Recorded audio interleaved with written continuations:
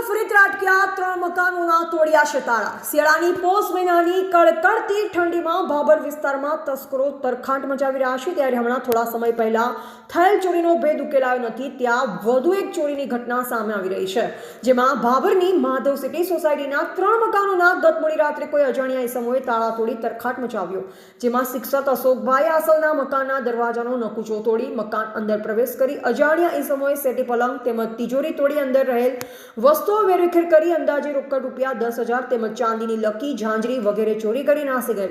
આ બાબતે બાબર પોલીસ મથકે જાણ કરવામાં આવેલ। અત્રે ઉલ્લેખનીય છે કે આ માધવ સિટી સોસાયટી અયોધ્યાનગર સોસાયટીઓમાં વારંવાર ચોરીઓ થતી રહે છે, છતાં પણ પોલીસ તંત્ર ઘોર નિંદ્રામાં હોવાનું જણાઈ રહ્યું છે। પોલીસ ચોરીઓનો ભેદ ઉકેલવામાં નિષ્ફળ રહી છે। આ સોસાયટીમાં MP MLA સહિત પોલીસ કર્મીઓ પણ આ સોસાયટીઓમાં રહેતા હોવા છતાં પણ વારંવાર તસ્કરો આ સોસાયટીને ટાર્ગેટ કરતા હોવાથી રહીશોમાં ભારે ફફડાટ ફેલાઈ જવા પામ્યો છે અને ભાભર નગરજનોમાં ભાભર પોલીસના નાઇટ પેટ્રોલિંગ વધારવામાં આવે તેવી લોકમાંગ ઉઠવા પામી છે। એવા ગોપાલ પૂજારા, ભાભર, બનાસકાંઠા। ભાઈ ખેમાભાઈ આસલ, હું માધવ સિટીમાં છેલ્લા 1 વર્ષથી રહું છું।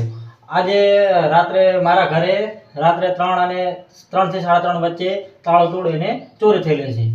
કેટલી રકમ લઈ ગયા? શું રકમની અંદર 10,000 રોકડા અને થોડુંક છોકરાને ચાંદીને એવું પડ્યું હતું એ બધું લઈ ગયા છે। આ સોસાયટીની અંદર MLA MP પોલીસ બધા રહેવા છતાં આ સોસાયટીની અંદર ચોરીના બનાવો અવારનવાર બનતા આવે છે, તો એને લગતી કોઈ કામગીરી સરસ થાય તો સારું।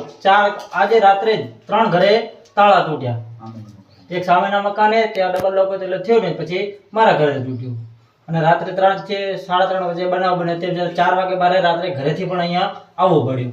જો ઘર મૂકીને અમે જતા હોય ને આવી ચોરી થતી હોય તો ઘરે એકલું મૂકીને જવું કઈ રીતે? એટલે આની અંદર કોઈ ઘટતી કાર્યવાહી થાય એવું છે। અગાઉ કોઈ ચોરી થયેલી આ વિસ્તારમાં? અગાઉ આ 1-2 વખત ચોરી થયેલી છે।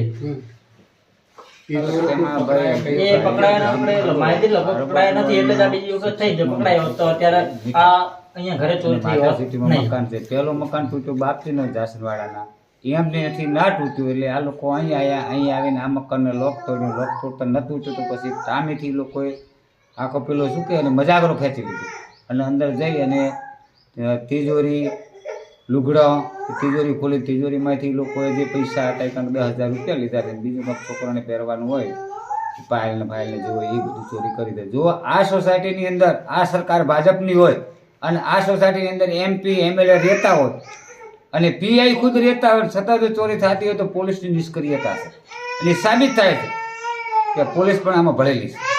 એટલે આવા જો ગરીબ માણસોને જો આ ચોરી થતી હોય તો મોટા માણસોને શું આવે તો સરકાર આની સત્રે તાત્કાલિક તપાસ કરે અને રૂઢા ગુનેગારોને પકડીને એની જેલને હવાલે કરે। અગાઉ અહીંયા ચોરી અને થયેલી અગાઉ કહે છે આ લોકો કે ભાઈ ચોરી થયેલી છે એટલે લગભગ આ પોલીસ કઈ નિષ્ક્રિયતા દાખવે છે કે પોલીસના હાથની વાત છે। પોલીસ ધારે તો હાજર સાહેબ 2 કલાકમાં આ લોકોને પકડી લે। જય હિન્દ, જય ભારત। શું નામ બાપુ? ખેમાભાઈ હરજીભાઈ આસલ, ગામ ખડોલ।